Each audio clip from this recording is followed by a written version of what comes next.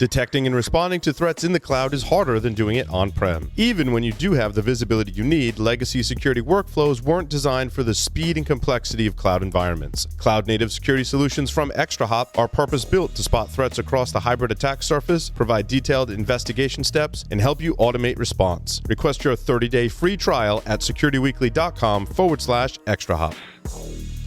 Well, welcome back, everyone, to Enterprise Security Weekly. We're always looking for high-quality guest suggestions for all of our podcasts. You can go to securityweekly.com/guests and submit your suggestion for guests coming up on the show. We will review them every month. And if you're submitting for someone else, maybe give them a heads up that you suggested them for the show. Scott Kuffer is a technical executive who leverages industry experience in support of a cybersecurity startup focused on solving problems in vulnerability management, a topic that Matt and I love to talk about. You can go to nucleusec.com, check out their product. First and foremost, Scott, I was just impressed with the number of integrations that you had to accomplish this thing we call vulnerability management. So. Oh, yeah. Thanks, Paul. It's good to be on. I know that we're kind of a different kind of animal in the space of vulnerability management. It's not your traditional sort of network scanning or application vulnerability scanning type thing. So we are trying to just pull in as much data as we can to solve the real problems that vulnerability analysts are facing. So when you look at the breadth of just all the different tools that different organizations are using, it makes it necessary to integrate with so many different tools. And so it's a fun challenge I don't know if you guys have ever built integrations with lots of different tools and maintained those, but especially with ones that change in the vulnerability management space all the time. But that's I was just talking about, it was actually YouTube that doubled the size of their access token in their API, and my database field wasn't defined to handle that. So it's stuff like that happens all the time, right? We used to have to back in the early days of our vulnerability management careers, we used to have to write a bunch of integrations to password vaults and other things because nobody wanted to store their credentials in our platform. So we have a little experience with some integrations throughout our career. And report formats change. I know working at Tenable probably went through a few different report changes as well as changes toward the own API that was inside of Nessus. So. Oh, yeah. It's just changed in the last 3 years, right? As they've moved more towards Tenable.io and Tenable.sc becoming more and more of a thing. We've just seen the changes, especially to the APIs. Those have been updated a lot in the last year itself as well. And sometimes they warn us, sometimes they don't. And that's the fun part about what we do is we had to build a whole additional infrastructure on top of basically monitoring for changes to APIs and to reports and all of that in order to keep up with the changes and jump on them before they make it to our production instances. And that's nice because you're taking away a lot of the work that enterprise security teams would have to do, right? Because we've all been in that situation, right? And most of us will write, a quick script or integration. And then, somewhere down the line, we get a ticket, and we're like, crap, they changed something. Now I got to go update my code, right? Yeah, well, that's the fun part, right? And I think it kind of exemplifies sort of what we're here for and what we're trying to solve. I mean, most organizations that we work with, it's great. They have all these different scanning tools. They utilize the Nessuses and the Qualyses and Rapid7s, but yet they're still trying to manage everything either through Excel or some Visual Basic scripts or Python scripts that they throw into a SQL database somewhere and then try to build their own integrations to Jira and ServiceNow and all of that. And it's just a really, really terrible kind of process that we see normally. So there's no real great way to manage all of that data and to, like you said, even just knowing where the tickets came from and being able to see what the status of that ticket is a very difficult question to answer for most organizations. Well, and also the question of what is a vulnerability, right? I think we were touching on that in the earlier segment. And Scott, you had some thoughts on that, right? Yeah, so that's actually one of the interesting things for us, right, is, we consider ourselves a vulnerability management tool, right? And I should also kind of background this. So myself and the two other co-founders that started Nucleus, we all were vulnerability management people across different industries, right? Federal governments, MSSPs, big enterprise. And it always bothered us that the network vulnerability scanners were calling themselves vulnerability management in the first place, right? Because it's very unclear what that actually means, and it does a disservice to the rest of the process, right? They're really just one piece of that process. They're kind of the discovery phase of the vulnerability data, And again, you can define that however you want. You can have different types of findings. Obviously, you've got audits, you've got different sort of penetration tests, you've got cloud configuration now with the DevOps, DevSecOps, that type of stuff. You've got that whole application world that we haven't even talked about yet. But really, what does a finding mean, and what does it mean to you? And then how can you actually manage it? And the other tools don't do a great job of the definition of vulnerability management is an important distinction to make. And I like the point that Matt made earlier about trying to divide vulnerability management into network security vulnerability management and the app vulnerability management. But even that, right, it's still looking at vulnerability management as almost the discovery of vulnerabilities, whereas the way that we look at it is kind of gluing the whole process together, right? So if you've ever seen any of those like SANS vulnerability management maturity model, or kind of even if you could just want to Wikipedia what vulnerability management is, it's a process, it's a repeatable, scalable process that you need to build. And so there's discovery, there's analysis, there's prioritization, there's reporting, there's tracking, there's all of these other peripheral things that go into a vulnerability management process that we kind of feel like it's a disservice to the process, and it's not a great definition, is what it's traditionally kind of been used as or been defined as. Yeah, Scott, go ahead, Matt. Sorry, I was going to say, and Scott, you have to continue the process, right? Because at the end of the day, the report's okay, but the goal is, how do I remediate? How do I take action off the data in an effective way to close down the threat? And where you don't necessarily see all of these vendors going to is that last step, which I think is important, is the remediation side. How do you also do that piece? Yeah, that's the fun part, right? And even when you're looking at remediation, there's all of these challenges that are involved in the process, right? So I know Qualys just released their VMDR patch management kind of solution where you can start tying vulnerability data to patches and deploy those. And that's great. And it's a good step in the right direction, but it does not account for all of the other infrastructure, and it doesn't scale out to that process for your whole organization. So, the patches is one piece, right? But what about all of your application infrastructure? What about the actual interacting with the developers? What we find is the challenge is actually just getting the right information to the right people, prioritized accordingly, reported on in the right way, and then kind of tied back into your overall repository of vulnerability information. That's the biggest challenge, is really just this: there's no collaboration, or there's minimal collaboration in a normal vulnerability management process. So that's the real challenge when it comes to remediation. I feel like it's still kind of siloed, right? And what makes me think of that is when I look at what you integrate together, it's really important because it allows me as the enterprise to define what is a vulnerability, right? And so even if you just look at asset management, a new host on this network, just the fact that there's a new host on this network, that in itself could be, in my definition, a vulnerability, right? Like, think of an OT environment or our very controlled production environment. There's a new host that comes on the network. Well, wait, now that's suspect, right? Like right away. It doesn't matter if it has misconfiguration or missing patches. Like, deal with that later. That could be a vulnerability, and a vulnerability could be an external thing. Maybe someone has mirrored my public website somewhere else. We talk about attack surface management. That's to your terminology that I like, is a finding, right? And that needs a different classification, prioritization, and an action plan, which is what we were just talking about, right? Because I can't just go apply a patch somewhere to fix someone that's mirrored my website and is a phishing attack. There's a different set of remediation processes. Right. And then also, how do you actually prioritize that in the context of the stuff that was found by vulnerability scanners? And then you're also kind of going down this path, too, of now we need to start having tools to help us discover when there's new assets, right? Because you can't just throw a network scanner at your external discovery or your external attack surface. Now you need something like a bug crowd ASM. You need something like a bit discovery or like a risk IQ and things like that to start helping you see what all of our assets that are externally exposed are.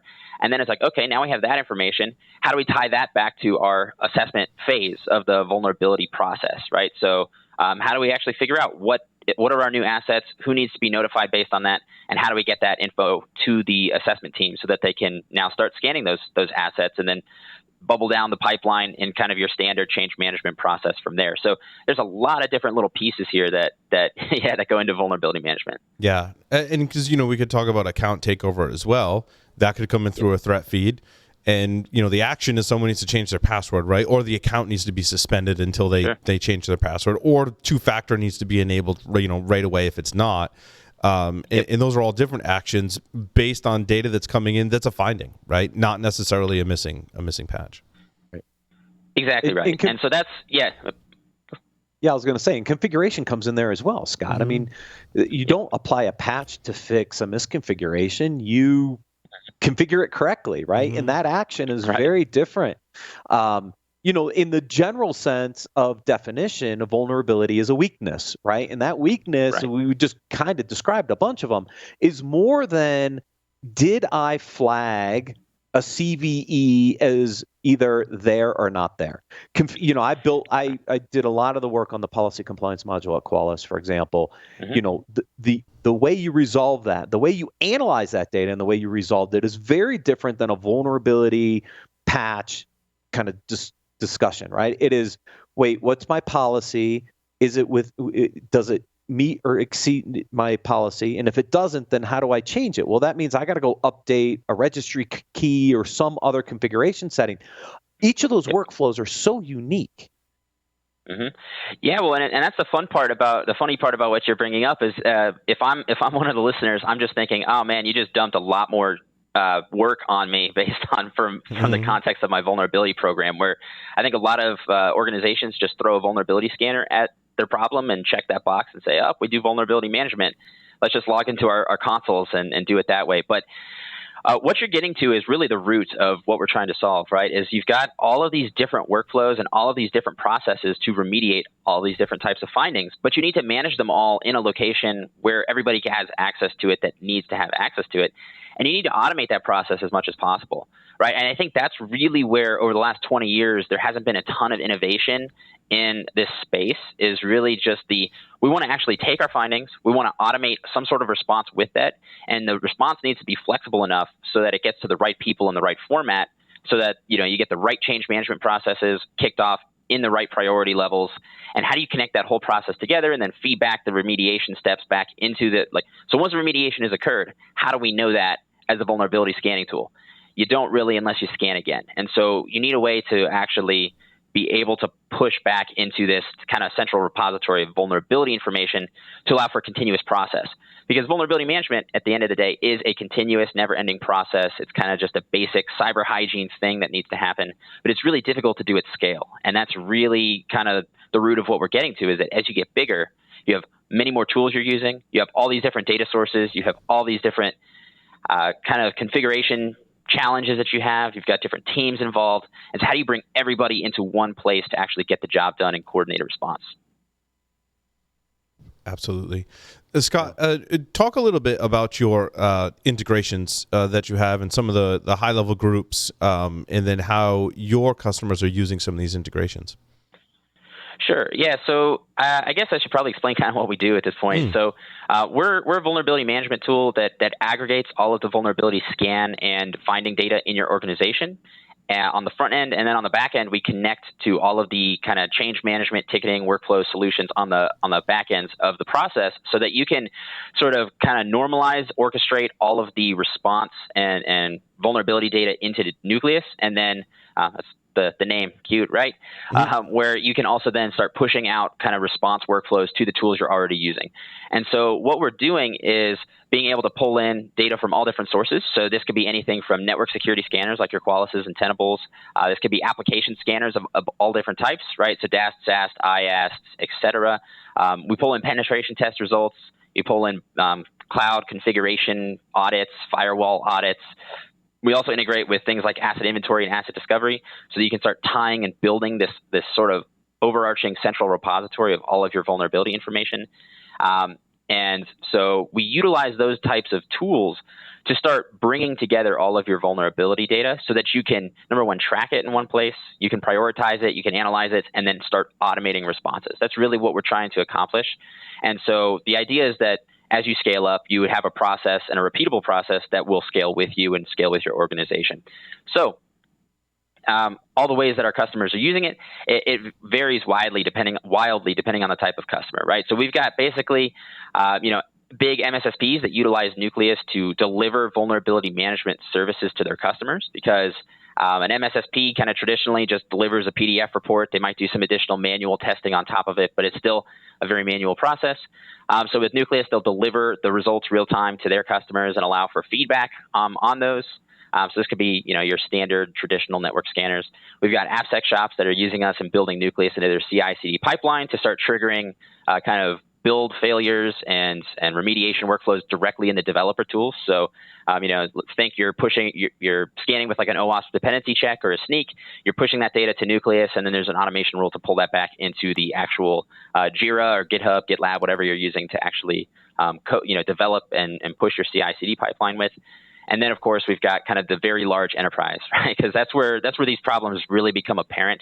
The bigger that you get, the harder this problem is. And we've seen Fortune 500s, Fortune 100s that are running their entire vulnerability management program from an Excel spreadsheet, and basically have a bunch of different pipes into that Excel spreadsheet and trying to maintain that. But it's not feasible if you've got 500,000 endpoints that you're scanning on a weekly basis. And so that's kind of the three main use cases that we see with our customers. Sweet.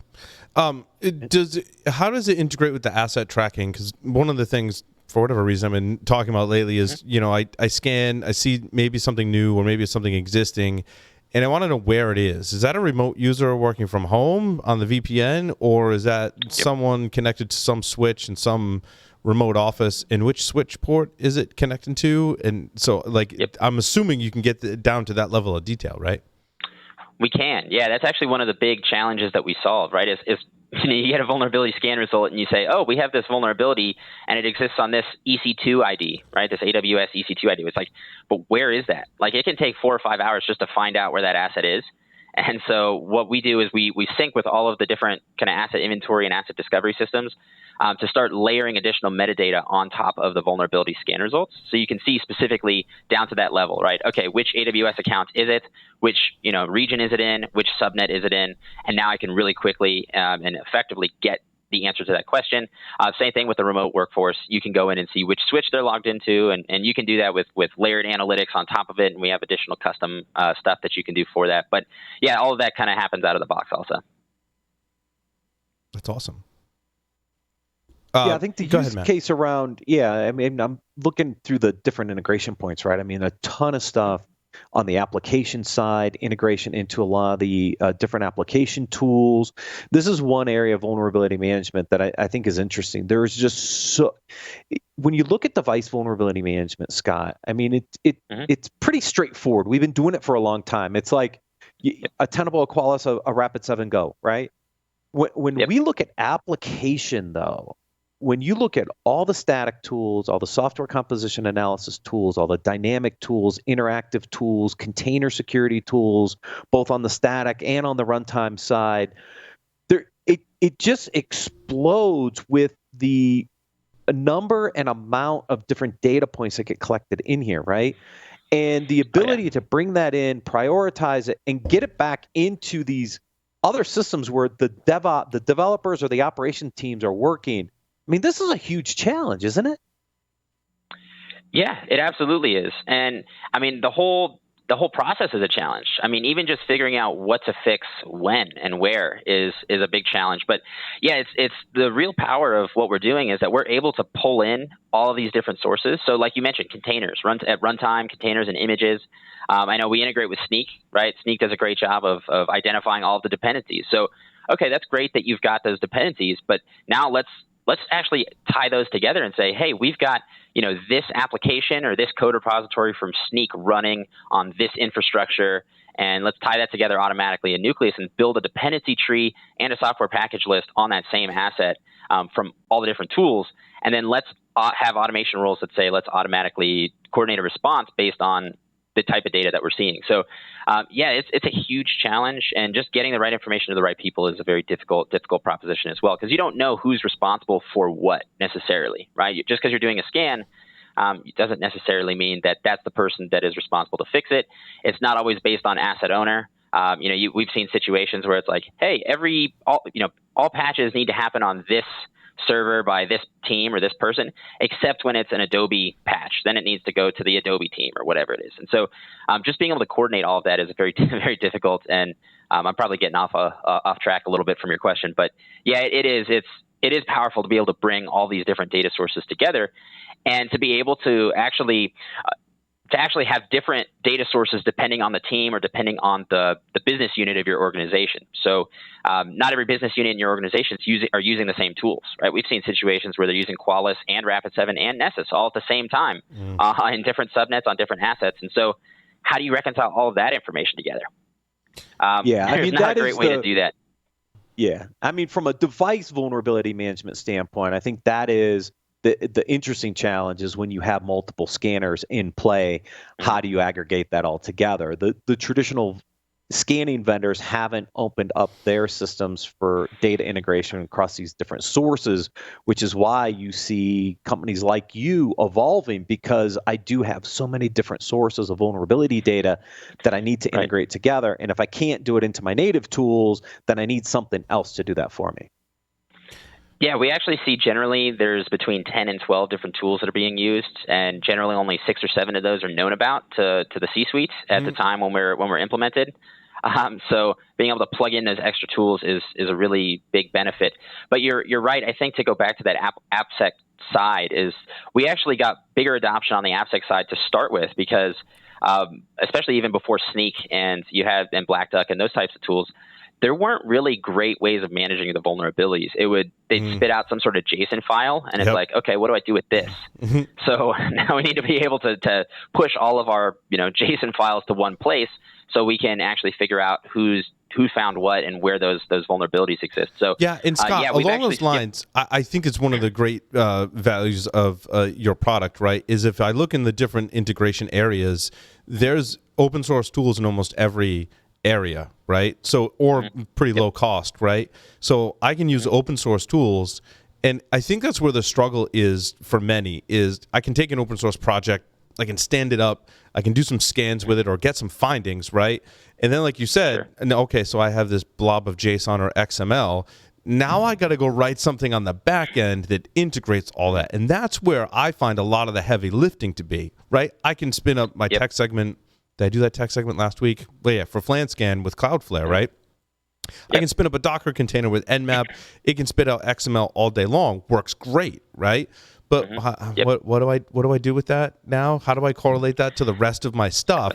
If they're using Nucleus, I think it's a great investment, because now I can operationalize a lot of those open source and or free tools or low cost tools out there, and then as I grow, add on commercial tools into the same platform. That saves me a ton of development and integration time. Oh, yeah, it's huge, man. I mean, we've seen, so there's actually kind of a standard pattern that we've seen. So even with bigger organizations, a lot of them are building their own sort of homegrown solutions that are very similar to a Nucleus, right? They're trying to integrate with all the different tools that they're using. And then after about 2 to 5 years, generally they abandon that. And then, it's just too much work to maintain. And they're like, what's out there? Things are changing all the time. Yeah, exactly. So yeah, we actually come in generally after people have tried to build their own homegrown solutions and figure out how difficult it is to maintain, at least. Yeah. No, I think that's a great strategy. Yeah, well, and that's the fun part too, right? Or the cool part about what we do is, so because we were very technical focused, we're not geared towards selling directly to management. So we do this kind of bottom up sort of approach where we built Nucleus as an analytics platform for vulnerability analysts. And so we oftentimes will get brought in via the vulnerability analysts who say, oh, dude, this just makes my life so much easier. And then it kind of escalates up the chain, and it works out really well for us, because I think really what it comes down to is that we're actually focused on solving just a different set of problems, right? So if you look at like a Qualys or a network scanner, they're focused on discovering vulnerabilities as their main focus and primary focus. But what we're trying to do, our primary focus, is to help the vulnerability analyst take that data and do something with it and manage the results and actually go and remediate vulnerabilities in an effective way. So whether that's prioritization, analysis, tracking, and triage, all that fun stuff that's involved, that is our focus. And so it's just, there's nothing else really out there that does that kind of like we do. Yeah, and I love that it gives you flexibility, right? Because you might have a Qualys and it's implemented, right? But you may have some open source tools. And then as you start bringing this product, Nucleus, up to the C-suite, you may get feedback that, oh, yeah, we've got these other products too. And you're like, oh, well, we can just integrate them here. And it gives you the flexibility to add on other things into the mix. So that's great. How is it packaged and priced? Yep. So we're actually a SaaS-based solution. So primarily SaaS-based, I should say. Obviously, there's still some hesitation on, especially some of like the big financial, and we work with federal government as well, to have vulnerability data out there in somebody else's computer. Yep. So we can do on-premise, but primarily SaaS-based, unless you meet certain criteria in order to qualify for an on-premise deployment. But it's priced based on the number of scanner targets, basically, that you're managing within the Nucleus platform. So whether that is, and we have to use this kind of generic scanner target term because you could be scanning anything, you could have findings associated with anything, and so it gets a little murky on kind of what it means if you just say assets or just applications. Right. So it's priced per scanner target. And is there like a range, right? Because my targets are going to fluctuate, right? Like his containers are going to come up and down, right? So is there like a range or an adjustment on an annual or monthly basis for that? There is. So you can purchase kind of a band. There's also these. We also do overages, and basically, so we take sort of the average as well. Yep. Gotcha. So you can, So we work with that as well, and it's the same problem with MSSPs, right? They bill monthly. Yep. They onboard and offboard customers all the time, and so we manage that kind of on the administrative side as well. Sweet. I have a really beautiful pricing formula for that somewhere. Matt did that. Yeah, I remember working with Matt on that. Matt, actually, I'd love to see it. Yeah. Awesome. So folks can find out more by visiting nucleusec.com. Scott, thank you very much for appearing on Enterprise Security Weekly. Sure. Thanks, guys. I appreciate it. Looking forward to the next one. Absolutely. With that, we'll take a short break and come back with our final interview for the show. Heather Atkins will join us. Stay tuned.